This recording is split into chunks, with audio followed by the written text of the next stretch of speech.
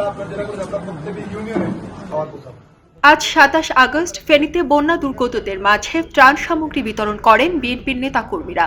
এ আয়োজন অনুষ্ঠানে দেশের বন্যা রাজনৈতিক দুর্যোগ, প্রাকৃতিক দুর্যোগ নয়, পার্শ্ববর্তী দেশ ভারত এটিকে রাজনৈতিক দুর্যোগের সাথে আক্রোশ সংযোজিত করেছে বলে মন্তব্য করেছেন বিএনপির চেয়ারপারসন, উপদেষ্টা কাউন্সিলের সদস্য অ্যাডভোকেট সৈয়দ মোয়াজ্জেম হোসেন আলান। বিকেলে ফেনীতে মিজান রোডস্থ সালাম কমিউনিটি সেন্টারে বিএনপির ত্রাণ সংগ্রহ বুথে বাংলাদেশ জাতীয়তাবাদী প্রচার দলের পক্ষ থেকে ত্রাণ সামগ্রী হস্তান্তর শেষে তিনি এসব কথা বলেন। এইটা হচ্ছে রাজনৈতিক দুর্যোগ, প্রাকৃতিক দুর্যোগ না।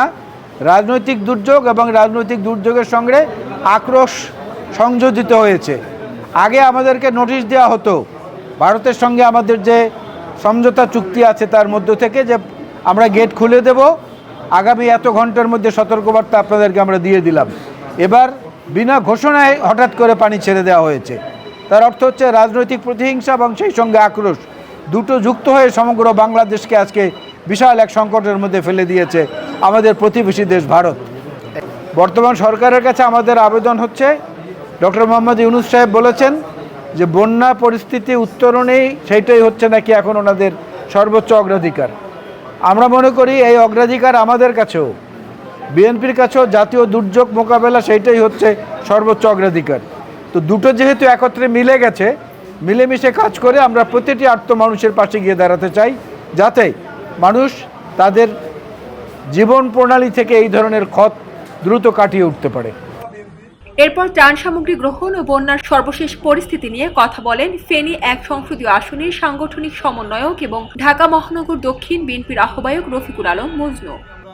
আমরা বিএনপি পরিবার, আমরা আপনার জেলা করে আমরা প্রত্যেকটি ইউনিয়নে, প্রত্যেকটি ওয়ার্ডে ওয়ার্ডে আমাদের কর্মী দিয়ে আমরা খাবার পৌঁছাবো। যত দুর্গম এলাকা হোক, যেখানে পানি থাকুক, যদি আমরা যে প্রত্যেক যাবো, কিন্তু আমাদের একটু সময় লাগবে। আমরা একদিনে পারছি না, কারণ এখনও জানেন না যে গ্রাম অঞ্চলে এখন অনেক পানি। কালকে আমি যেখানে গিয়েছি সেখানে অনেক জায়গায় কোমর পর্যন্ত পানি। অনেক রিস্ক নিয়ে আমরা টলি নাকি পাওয়ার টলি নিয়ে আমরা সেখানে গিয়েছি। আমরা আজকেও অনেক জায়গায় খাবার পাঠিয়েছি। বিকালে আমাদের খাবারগুলো চলে যাবে, কালকে বিলি করবো আমরা। বন্যায় ক্ষতিগ্রস্ত ১ লক্ষ পরিবারকে বাংলাদেশ জাতীয়তাবাদী দল বিএনপির পক্ষ থেকে ত্রাণ সামগ্রী দেওয়া হবে। এছাড়া ত্রাণ বুথে শিশুদের জন্য শিশু খাদ্য ও ঔষধ জমা দেন জাতীয়তাবাদী মহিলা দলের সভাপতি আফরোজা আব্বাস। আমরা এতদিন অফিস ওয়ার্ক করেছি, আজকে আমরা প্রথম নামলাম আর কি। তো আমাদের দেশনায়ক তারেক রহমানের নির্দেশনা, দেশনেত্রী বেগম খালেদা জিয়ার নির্দেশনা আমরা মহিলা দল আজকে আমরা একটা স্কুলের একটা দিয়েছি, রতনপুর হাই স্কুল, আর একটা দিলাম